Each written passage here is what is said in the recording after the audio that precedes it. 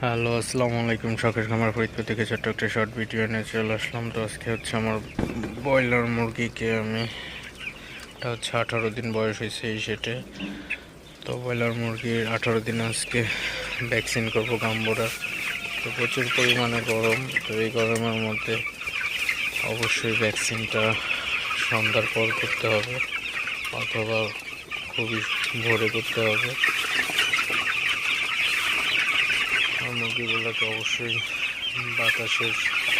মুরগির ঘরে যেন বাতাস ঢুকে সে ব্যবস্থা রাখতে হবে।